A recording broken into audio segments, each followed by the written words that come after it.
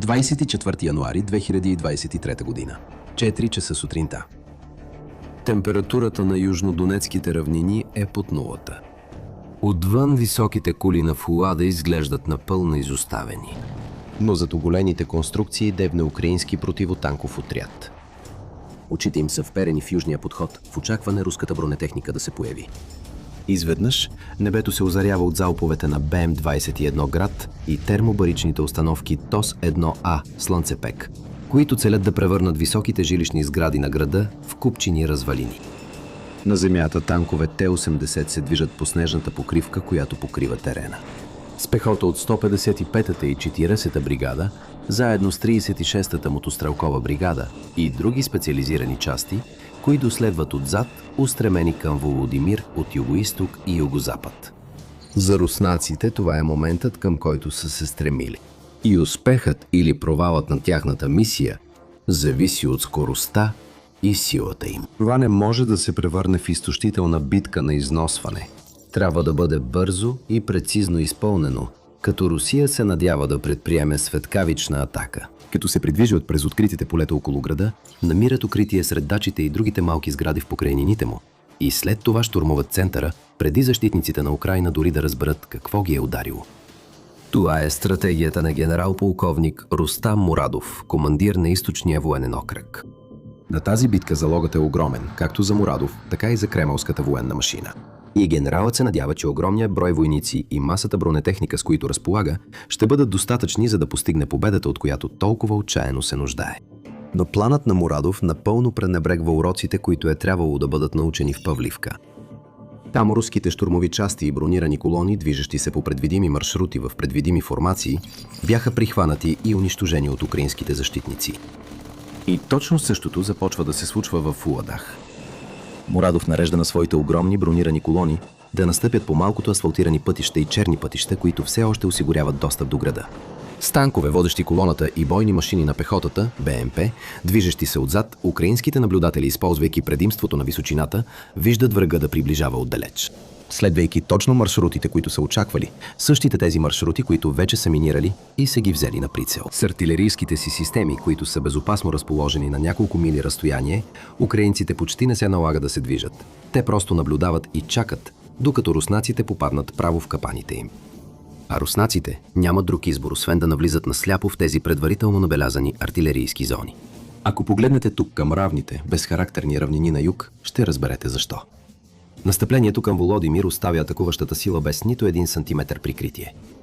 Някога процъфтяващ миньорски град Фулада сега е разбита руина, след като беше многократно обстрелван с руски ракети и артилерийски огън, откакто Кремъл започна пълномащабното си нахлуване в Украйна едва година по-рано.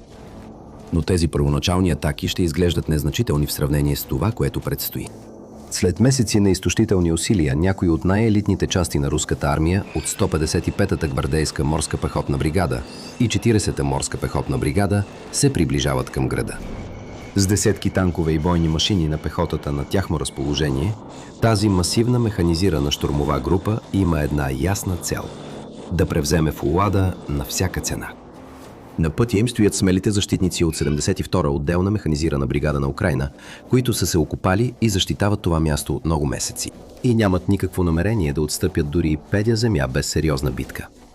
Може да са по-малко на брой и с по-малко оръжия, но имат едно изключително важно предимство пред руснаците – терена. Фулада се намира на много високо място, което позволява на украинските войници да виждат руснаците, когато идват, и да следят всяко тяхно движение с пряка видимост към противника. Украинските сили могат до известна степен да контролират бойното поле, като откриват потискащ огън и насочват руснаците към тесни маршрути и стеснени проходи. Това са местата, където ограничените запаси на Украйна от мини, артилерия и противотанкови оръжия могат да направят цялата разлика. Това е тактика, която са използвали и преди, но никога не е била прилагана срещу сила от такъв мащаб. Това ще бъде решаващ тест за тактиките и на двете страни. Най-голямата танкова битка във войната между Русия и Украйна предстои да започне. И съдбата на един от най-стратегически ценните градове в конфликта виси на косъм. Разположен в южната част на Донецка област, на около 35 мили от град Донецк, Фулада, което в превод на английски означава подарък от въглища, преди началото на войната беше дом на над 14 000 души, но населението му бързо намаля до само няколко стотин, когато руснаците достигнаха портите на града. Някога е било планирано да се превърне в един от най-големите миньорски градове в страната, с намерение да се изградят общо 10 мини и да се привлекат около 100 000 души от различни краища, за да подпомогнат растежа и развитието на града. Тези планове обаче така и не се осъщестриха напълно.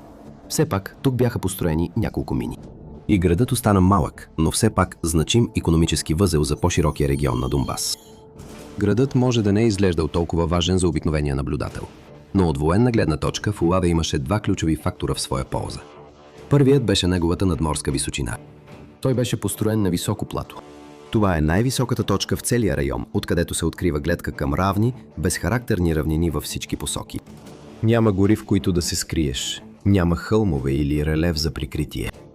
Това го правеше много по-лесен за защита от десетките околни градове и села, разпръснати из равнините.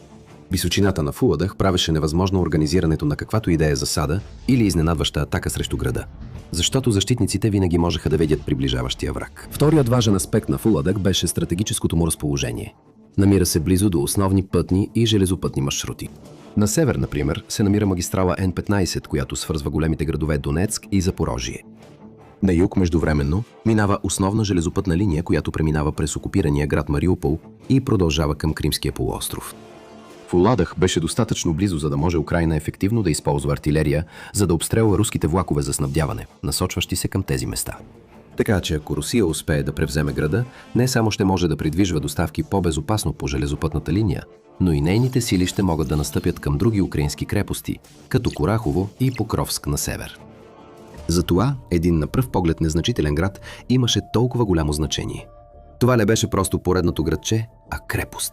Той беше снабдителен възел и наблюдателен пост едновременно, с реално влияние върху целия околен район на южната и централната част на Донецк. Руското командване знае, че фронтална атака през тези равнини е равносилна на смъртна присъда. Те знаят това, защото 3 месеца по-рано вече го опитаха.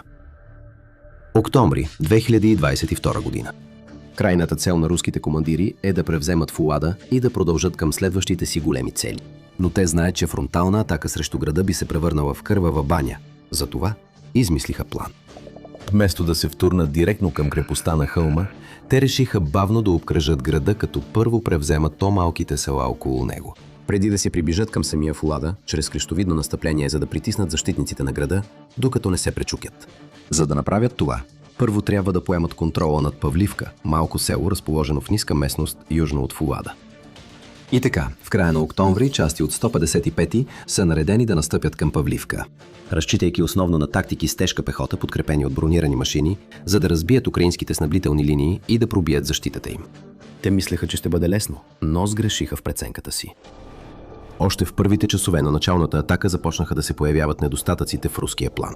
Павливка се вижда ясно от високите сгради на Фуладах, където украински наблюдатели седят и наблюдават. Руските танкове, превозни средства и щурмови групи се втурват към селото, като предоставят разузнавателна информация в реално време на своите другари на юг. Украинските части, здраво окопани в укрепени позиции, използват гаубици М777 и противотанкови оръжия, за да отблъснат настъплението на противника.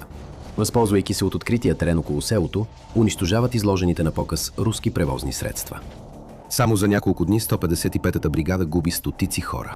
И в рядък акт на неподчинение, някои от оцелелите решават да напишат писмо с оплакване до местния губернатор, критикувайки своите командири и съобщавайки за загубите си. Около 300 души убити, ранени и изчезнали, както и половината от оборудването за 4 дни.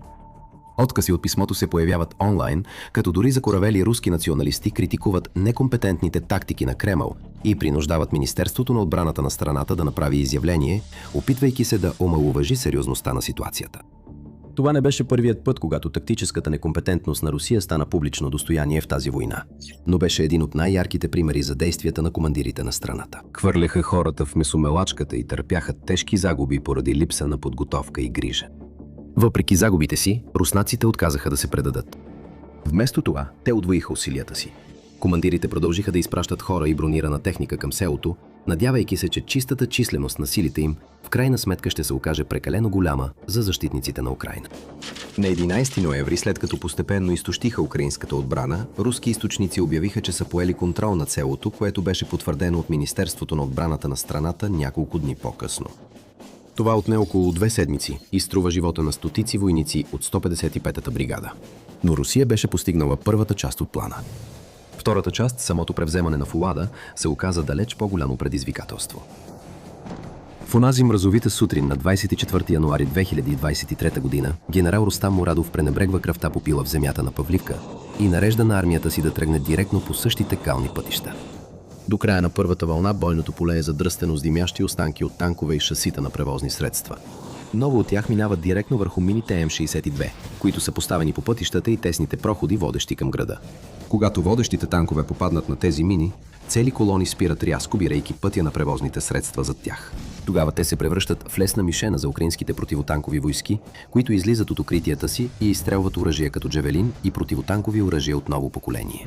За да унищожат заседналите пехотни машини отзад, всички останали живи руснаци се оказват хванати в капан между минираните танкове пред тях и тлеещите останки от транспортьорите зад тях, докато други машини се опитват да се приближат, за да помогнат с евакуацията и изтеглянето. Но и те също са изложени на опасност, тъй като украинската артилерия обстрелва отгоре, а разузнавателни дронове кръжат над тях, за да предоставят точни координати за удар. Осъзнавайки, че със сигурност ще загинат, ако останат там още малко, руските войници предприемат смела стъпка. Слизат от машините и се втурват през откритите полета, докато около тях ехтят експлозии. Мурадов гледа с ужас, докато неговата тактическа негъвкавост се разкрива, но вече е твърде късно да се оттегли. Той подканя още танкове и бойни машини да се включат в битката. С блокирани пътища, някои от тези машини решават да се отклонят от трасетата и да навлязат в откритите полета, като предполагат или може би се надяват, че те не са минирани. Те не осъзнават това. Защитниците на Украйна също са предвидели това и активно изстрелват още дистанционно управляеми противотанкови мини в района с помощта на своите гаубици. Тези специализирани 155 мм артилерийски снаряди са проектирани да разпръскват 9 малки противотанкови мини на широка площ, което позволява на Украйна мигновенно да създава нови минни полета. Докато още руски колони настъпват, Украйна превръща терена около тях в неизбежни смъртоносни капани. Те не могат да настъпват, не могат и да се оттеглят. Скоро настъпва паника, като още руски екипажи изоставят своите машини и бягат за живота си.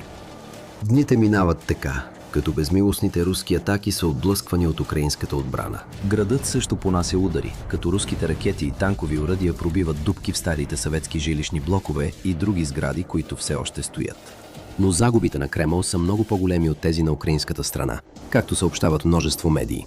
Десетки унищожени превозни средства на ден, като на 13 февруари, когато поне 31 бронирани машини бяха унищожени при една единствена украинска засада. Вълна след механизирана вълна не успява да постигне желаните резултати, а броят на загубените войници и техника продължава да нараства. В интернет се разпространяват снимки и видеоклипове, показващи тлеещите останки от танкове Т-80 и взривени БМП-та. Докато телата на падналите руски войници са разпръснати по полетата през първата седмица на февруари, 155-та морска пехота на Русия е почти унищожена. Елитните войници от Тихоокеанския флот са били набързо заменени с новобранци, които имат само няколко седмици обучение зад гърба си. И те също продължават да бъдат убивани и ранени в огромни количества. Моралът се срива и въпреки почти непрекъснатите атаки, 72-та бригада на Украйна запазва контрола над Фулада. Но Мурадов не се предава. Той е посветил живота си на руската армия, издигайки се от командир на взвод през 90-те години до това да бъде обявен за герой на Руската федерация от Владимир Путин. Но сега, изправен пред пълен тактически провал, неговата репутация е застрашена. За да гарантира, че войниците му няма да се отклонят от целта си, той прибягва до отчаяни мерки. Руски военнопленници, заловени по това време, разкриват, че техните командващи офицери са започнали да използват така наречените заградителни части или части срещу отстъпление. Отряди войници, разположени зад основните щурмови подразделения, с изричната заповед да застрелят всеки руснак, който се осмели да отстъпи без разрешение. Русия на практика принуждава собствените си войници да влизат под обстрел с насочено оръжие, изпращайки хората си на сигурна смърт, без никаква надежда за оцеляване. Репутацията на генерал Мурадов е съсипана. Руските Z-блогъри многократно изобличават неговата страхливост и некомпетентност, тъй като неговите разточителни тактики водят до още по-опустошителни загуби на животи.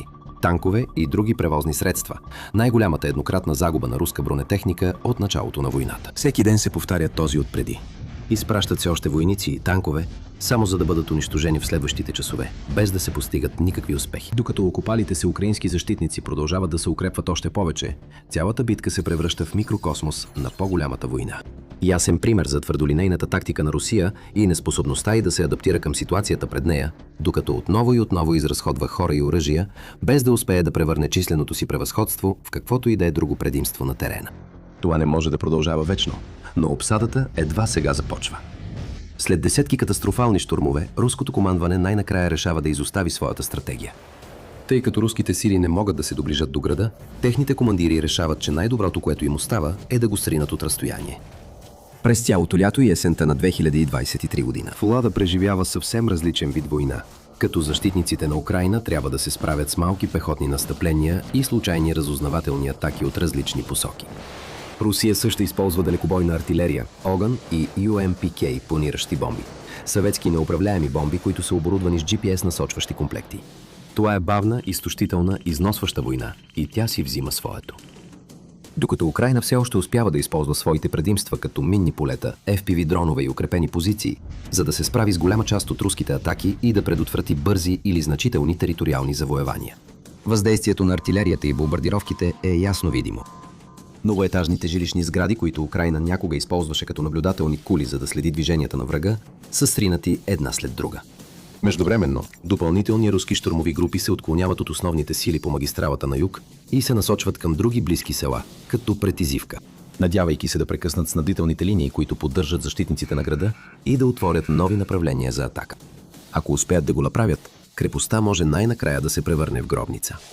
До септември 2024 години реалността на обсадата започва да застига защитниците. Мъжете от 72-я отделна призната бригада държат този единствен град повече от 2 години.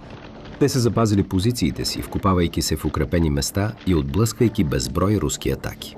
Използват високите точки на сградите в града, за да събират разузнавателна информация и да им помага да се подготвят за следващата вълна от танкове и войници. Те изградиха сложна, многослойна система от отбранителни съоръжения, включително окопни линии, противотанкови ровове, драконови зъби, препятствия и гъсти минни полета. Те насочваха руснаците в коридори на смъртта, използвайки собствената си мрежа от подземни бункери и комуникационни тунели, за да продължат да действат, дори когато понасят тежък обстрел от бомби и артилерия. Когато руснаците промениха тактиката си, украинските защитници се адаптираха, като се насочиха повече към удари с дронове и стрелба с леко оръжие срещу малките отряди войници, които командирите на Кремъл изпращаха към тях. Но сега техните запаси от енергия, сили и провизии са намалели. Боеприпасите привършват, моралът спада, а отбранителните съоръжения, които са помогнали на тези войници да оцелеят, се разрушават едно по едно. Оцелелите са недохранени и лишени от сън, като преживяват в наводнени мазета и изгорели сгради. Прехранвайки се с малкото дажби, които успяват да съберат, те вече не могат да удържат периметъра. Руските сили успяха да пробият на изток, превземайки една от въглишните мини на града. Така те спечелиха собствено възвишение, от което могат да наблюдават останалата част от града. На 25 септември още руснаци достигат западния край на Фулада. Клещите са на място, остава само да ги затворят. В следващите дни украинските войски получават заповедта, която успяха да забавят толкова дълго. Заповедта за оттегляне. На малки групи и под прикритието на дим, гранати и тъмнина. Те се опитват да избягат, докато руски FPV дронове кръжат в небето, за да ги преследват. На 1 октомври 2024 година 40-та бригада морска пехота, същата, която Украйна беше успявала да спре толкова пъти преди, влиза в града и издига руското знаме. Над това, което е останало от Фуладах, някога мирен миньорски град, а сега тлееща развалина. Това е победа, но куха и струвала катастрофално скъпо. Докато руските войници, оцелели при нападението, можеха да празнуват, хиляди от техните сънародници загинаха в процеса. 155-та беше на практика унищожена няколко пъти, като генерал Морадов в крайна сметка беше отстранен от поста си. Обречен името му завинаги да бъде свързано с гробището за танкове, което неговата некомпетентна тактика помогна да се създаде. Общо оценките сочат, че Русия е загубила над 100 бронирани машини, както и няколко хиляди от най-опитните си войници. За град, в който почти не са останали сгради. Загубите на страната бяха толкова тежки, че тази една битка повлия на цялата военна стратегия на Русия от този момент нататък. Институтът за изследване на войната отбеляза, че руските командири по цялата фронтова линия впоследствие започнаха да използват все по-малко и по-малко механизирани атаки, разчитайки по-малко на танкове и бойни машини на пехотата и повече на дронове и бомби, тъй като се страхуваха да не претърпят същия тип провали отново. Украйна междувременно понесе само част от загубите на Русия. Въпреки че разполагаше с по-малко хора и ресурси, защитниците на Украйна показаха това. Дори в епохата на тежки експлозиви и безпилотни летателни апарати, крепостите на върха на хълмове с дълги линии на видимост са също толкова трудни за унищожаване, колкото и преди векове. Битката при Фулада струваше на Русия над 100 бронирани машини, за да превземе празно гробище, ускорявайки постоянната промяна към асиметрична дронова война, която сега активно неутрализира техните многомилиардни вериги за доставки. За да видите как хоби самолет за $90 000 прелетя 1100 мили в радарна сляпа зона, за да повреди ядрен бомбардировач за $40 милиона, кликнете на това видео тук. И ще се видим на следващото бойно поле.